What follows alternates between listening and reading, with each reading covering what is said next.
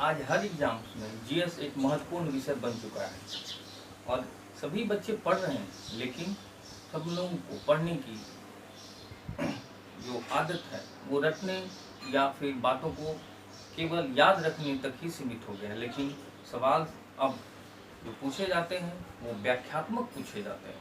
इसीलिए हमें चाहिए कि बस मुद्दों को समझें और उन सब चीज़ों की बातों की गहराई तक पहुँचें, तब जाके हम जीएस के बारे में जान सकते हैं। और दूसरी बात ये कि कोई भी चीज़ हमें याद इसलिए रहता है कि हम किसी दूसरे मुद्दे से या दूसरे कंटेंट से जोड़ पाते हैं।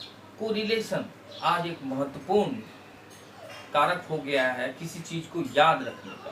अधिकांश लड़के रट जा रहे हैं, सभी चीज़ों को रट जा रहे हैं, लेकिन हमें याद रखना होगा कि रटने से अब किसी भी एग्जाम में पास करना संभव नहीं है। हमें जानना चाहिए कि किसी चीज़ को जब तक हम उनकी मुद्दों को, उसकी बातों को तार्किक ढंग से नहीं समझ पाएंगे, और सबसे बड़ी बात है कि हमें उन सब चीज़ों को गहराई से जानना होगा और मुद्दों को उसके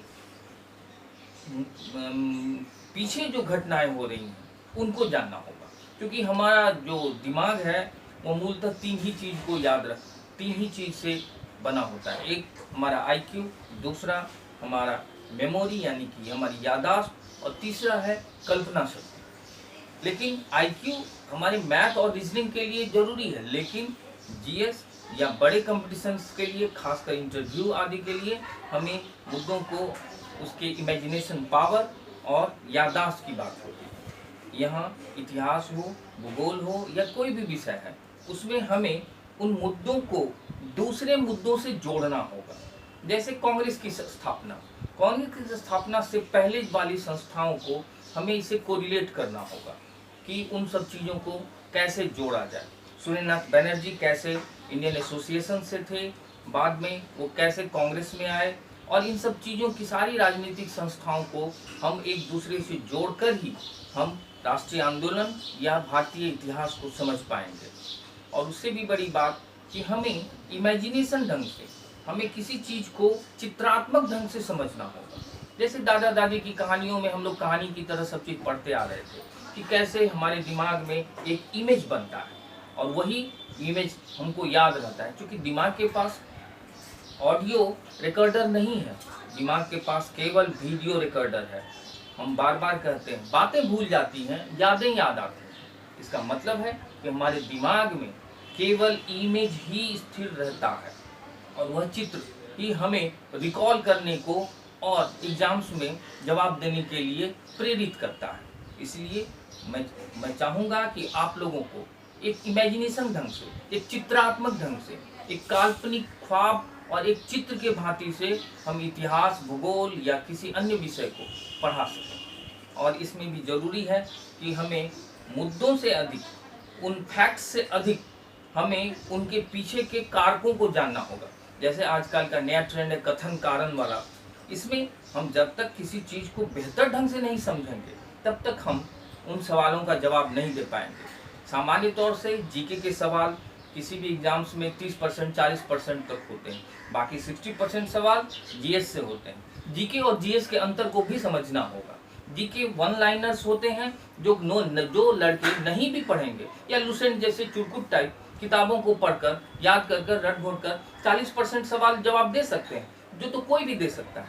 लेकिन जो थ्योरेटिकली और व्यापक ढंग से मुद्दों और किताबों को अध्ययन नहीं करेगा, तब तक वह किसी एग्जाम्स में पास हो ही नहीं सकता है।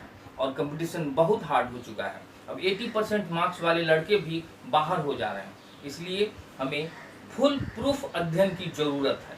और लड़के जीएस या जीके को समझते हैं कि बस लुसेंट पढ़ लेंगे या छोटे से कोई चुरकुट को पढ़ लेंगे और हो जाएगा। लेकिन लड़के यही मात खा रहे हैं। एसएससी के एग्जाम्स में, दरोगा के एग्जाम्स में, किसी में, रीजनिंग या मैथ के लड़के 50 में 49 ला रहे हैं सभी में, लेकिन जीएस में पिछड़ जा रहे हैं। इसके पीछे कारण है कि हम जीएस को हम ढंग से नहीं पढ़ते, पढ़ने का तरीका नहीं जान रहे हैं। तरीका है कि हमें किसी चीज़ को पढ़ने से पहले उसके बारे में एक कंप्लीट स्ट्रैटेजी बनाएं कि हम लोगों को पढ़ना क्या है, कितना पढ़ना है, और सबसे अहम सवाल कैसे पढ़ना है। कैसे पढ़ना ही तो आर्ट है, और पढ़ना एक प्रबंधन है। इसको बेहतर ढंग से प्रबंधित करना होता है। और आज हर धंधे, हर जगह आईएएस बने या क्लर्क बने या घर के किसी सामान्य से आप व्यवस्थापक बने, प्रबंधन क्षमता ही सफलता का सूत्र है। पढ़ना एक प्रबंधन है, और इसी प्रबंधन के तहत कैसे का जवाब ढूंढना है। हम हर सवाल का जवाब हम एक लाइन में दे सकते हैं, कहाँ जाना है, कितना खाना है, किधर करना है, लेकिन कैसे का जवाब हमें एक लाइन में नहीं मिलता है। कहाँ जाना है, पटना जाना है, कब जाना है, कल जाना है, लेकिन कैसे जाना है इसका जवाब नहीं मिल रहा है। इसका मतलब है कि कैसे सवाल का जवाब ढूंढना ही मूल लक्ष्य होना चाहिए। मैं चाहूँगा कि आप लोगों को कैसे पढ़ना है इसके बारे में बता सकें, और इतिहास या भूगोल हो या पॉलिटी, इकोनॉमिक्स या करंट अफेयर्स या कोई भी, इन सब चीज़ों को हमें पढ़ने के लिए कैसे पर जाना ही होगा। रहा फैक्ट्स की बात, मटेरियल्स की बात, बाजार में मटेरियल्स भरे पड़े हैं, किताबों का अंबार लगा हुआ है, सभी लड़कों के घर में किताब पड़े हुए हैं, लेकिन सफलता मुश्किल से 5% लड़कों को मिलती है। इसके पीछे कारण है कि मेहनत करना ही आज पढ़ाई का कारण बन गया। जितना मेहनत करोगे उतनी सफलता मिलेगी। ये पहले ज़माने में बोला जाता था कि मेहनत ही तुम्हारी सफलता का, लेकिन अब मेहनत करना पढ़ाई नहीं है। मेहनत तो सभी करते हैं, लेकिन पढ़ाई एक बुद्धि का खेल है, एक बुद्धि का गेम है। इसमें इस बुद्धि का उपयोग हम प्रबंधन के लिए कर सकते हैं। इस बुद्धि से हम मुद्दों को, विषयों को प्रबंधित कर उसके पढ़ने के तरीकों को जानना होगा। पढ़ने से पहले आप लोगों को पहले ये तय करना होगा कि हमें पढ़ना क्या है, उसके बाद उसमें कितना पढ़ना है, उसके बाद जब ये सब तय हो जाए तब जाके हमें कैसे पढ़ना है इस पर आना होगा। कैसे का जवाब मैं चाहूँगा कि आप लोगों को बताऊं कि कैसे पढ़ना चाहिए। वैसे हर लड़के में अलग अलग तरह की खूबियाँ होती हैं, सभी लड़के डिफरेंट होते हैं, सभी लड़कों में एक खास तरह की स्पेशलिटी होती है। उस लड़के को, उस बच्चे को समझना होगा कि मुझ में खूबी क्या है, उस खूबी को पकड़ना होगा। उसके बाद हम उन सब चीज़ों को हम जान पाएंगे। हर लड़के डिफरेंट, तो इस तरह से हम पढ़ाई के सारी चीज़ों को जान सकते हैं। इसलिए लड़के अपनी खूबियों को पहले पकड़ें कि पहले हमें अंक याद रहते हैं कि या किसी का नाम याद रहता है कि इसभी याद रहता है कि हमें नक्शा याद है, लेकिन एक खूबी तो खोजना ही होगा।